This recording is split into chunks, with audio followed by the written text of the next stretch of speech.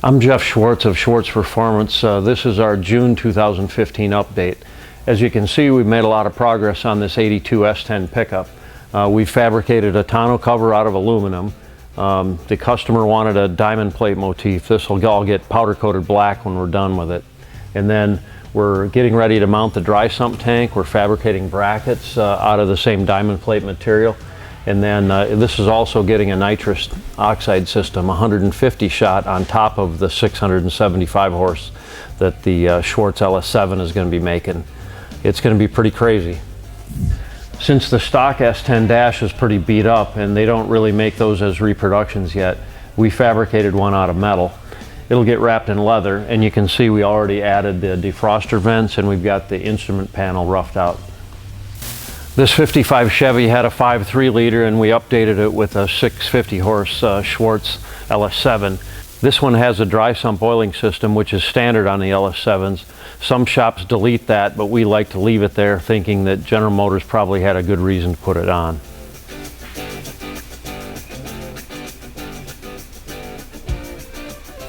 This is the 70 CUDA project, the right-hand drive car we've been working on. We dyno tested the engine recently, made 805 horsepower and 800 foot-pounds of torque. It's an actual 426 Hemi based off of the 6.4 SRT8 engine that's been stroked a bit. We're nearly done with the fabrication here. There's just a few little details and then it's final paint and bodywork and interior. Every piece of this interior on the CUDA was custom fabricated. These door panels were made out of fiberglass. We've got these aluminum grab handles that'll get integrated into the panel here to pull the door shut. We've used a factory style door lock button here, and then we've got these really nice brushed aluminum billet type door releases.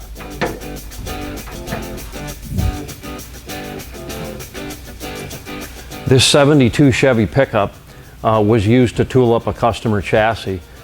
His chassis is all set up with the LT1 Corvette engine, the current model Corvette engine. It's got direct injection and variable valve timing and displacement on demand. Once we're done with all the test fitting of his chassis, then we're fabricating another chassis to go underneath this truck. This will be our next shop truck. Our shop truck is going to have a big block Chevy with vertical stack fuel injection in it, along with a 4L85E transmission.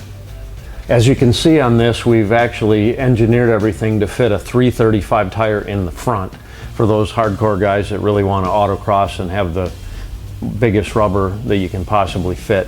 The inner fenders will have to be modified in order to use that wide of a tire. However, you can probably fit a 275 to a 285 in the stock wheel wells without any problem.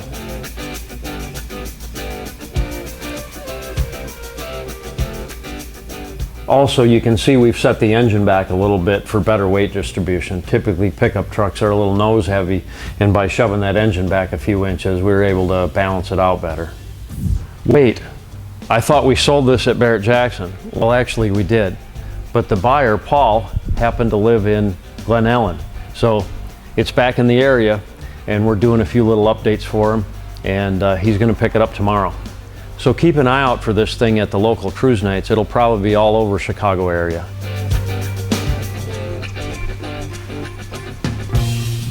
This 69 Mustang we built a few years ago, and it was in Popular Hot Rodding magazine. Well, with 600 plus horsepower and about 600 foot-pounds of torque, the supercharger finally took its toll on the clutch. So we're replacing the clutch. It should be back on the road in a couple days and he'll be out enjoying it again.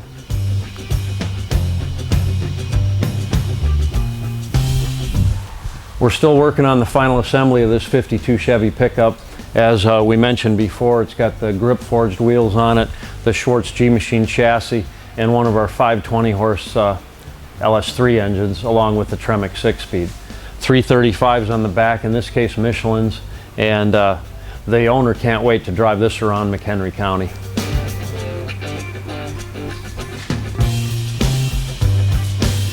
We've been doing pickup truck chassis for several years now. However, we haven't been selling a lot of them for some reason.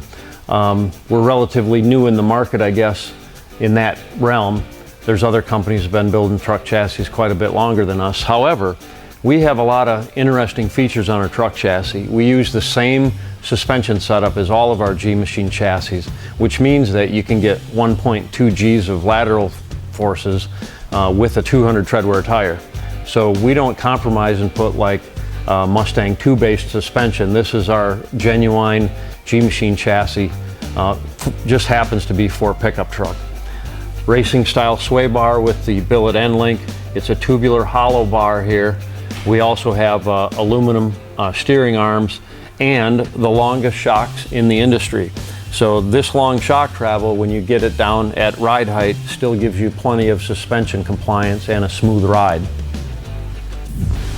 As you can see, we still have a lot of chassis activity going on. This one here is a 67 Chevelle chassis, and then we also have a number of them there on the shelf that are waiting for components to get in or ready to ship. There's also a large crate up there, and that's a top secret project that I can't really talk about right now. What we're doing right here is fabricating a set of headers. We use these investment cast elbows and flanges from Ultimate Headers.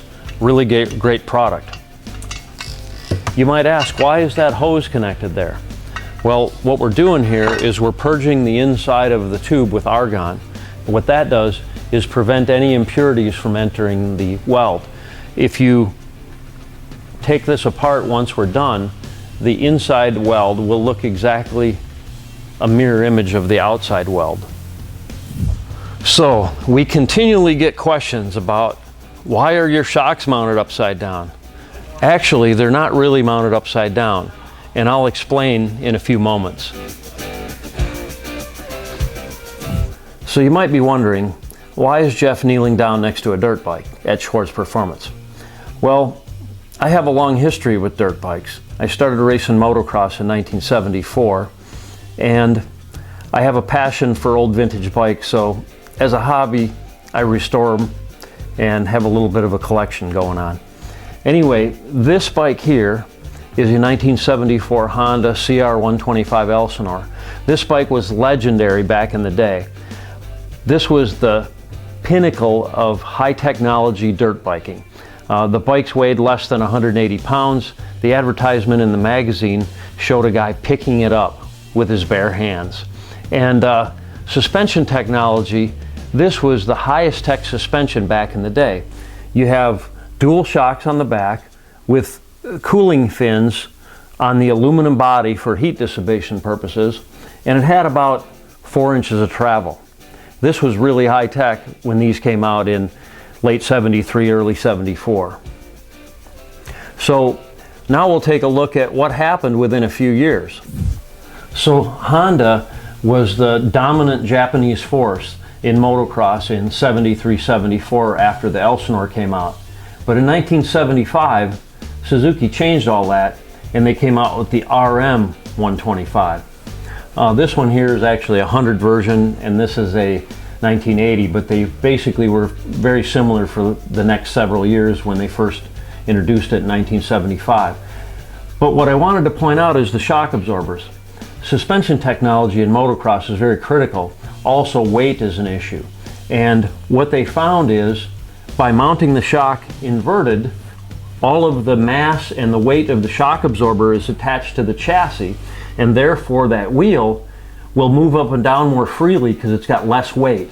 An object in motion tends to stay in motion, so as that rear suspension is hitting bumps and that wheel's bouncing up and down, if you have the shock body attached to the swing arm, you've got probably an extra 5-6 pounds getting thrown about, moving up and down, and then that puts more stress on the shock damping to try to control that movement. So by mounting the shock invertedly against the chassis, it actually helps your rear suspension work better. And what most people don't know is shocks have seals in them, and they seal the oil, and it doesn't matter whether you mount it upside down or right side up in most cases, especially with most modern shock absorbers. So that's why at Schwartz Performance we always mount the shocks upside down. It's an advantage. It's less unsprung weight on the wheel.